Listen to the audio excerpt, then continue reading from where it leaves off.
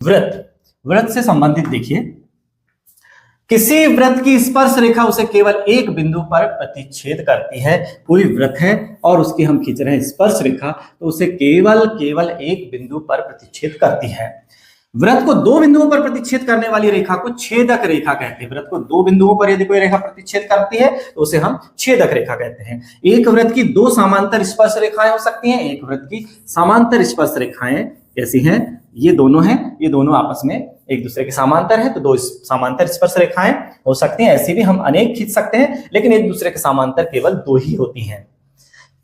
वृत्त तथा उसकी स्पर्श रेखा के उभयनिष्ठ बिंदु को स्पर्श बिंदु कहते हैं। ये स्पर्श रेखा है, ये वृत्त है, ये स्पर्श बिंदु है। ये वाला जो बिंदु है ये स्पर्श बिंदु है, जो दोनों का उभयनिष्ठ बिंदु है। एक वृत्त पर अपरिमित रूप से अनेक स्पर्श रेखाएं खींची जा सकती हैं, किंतु वृत्त के किसी एक बिंदु पर केवल एक ही स्पर्श रेखा खींची जा सकती है। वृत्त के एक बिंदु पर एक ही स्पर्श रेखा खींच सकते हैं, लेकिन वृत्त पर अनेक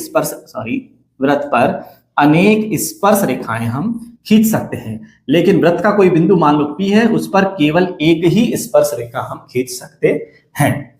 वृत्त के बाह्य बिंदु से वृत्त पर दो स्पर्श रेखाएं खींची जा सकती हैं। यदि हम किसी बाह्य बिंदु की बात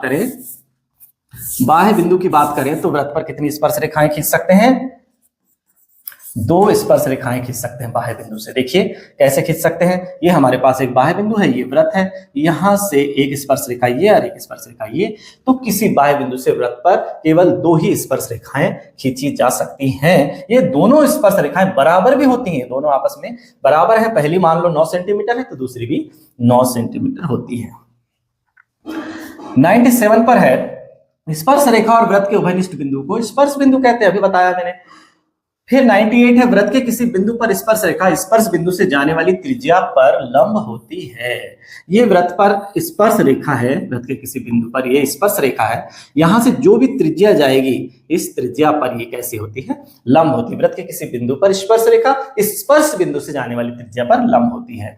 अब आगे है, 5 सेंटीमीटर त्रिज्या वाले एक वृत्त के बिंदु P पर स्पर्श रेखा PQ केंद्र O से जाने वाली रेखा से बिंदु Q पर इस प्रकार मिलती है कि OQ बराबर 12 सेंटीमीटर, तब लंबाई √119 सेंटीमीटर। ये हमारी पुस्तक में वस्तुनिष्ठ है। विशेष रूप से हमें ये बच्चों को बता देना है कि 5 सेंटीमीटर त्रिज्या वाले एक वृत्त के बिंदु P पर स्पर्श रेखा PQ, वृत्त के बिंदु P पर स्पर्श रेखा, ये केंद्र O है, स्पर्श रेखा कौन सी है? PQ है ना। PQ जाने वाली रेखा बिंदु Q पर इस प्रकार मिलती है कि OQ बराबर कितना है? 12 सेंटीमीटर है, ये 12 सेंटीमीटर है ना।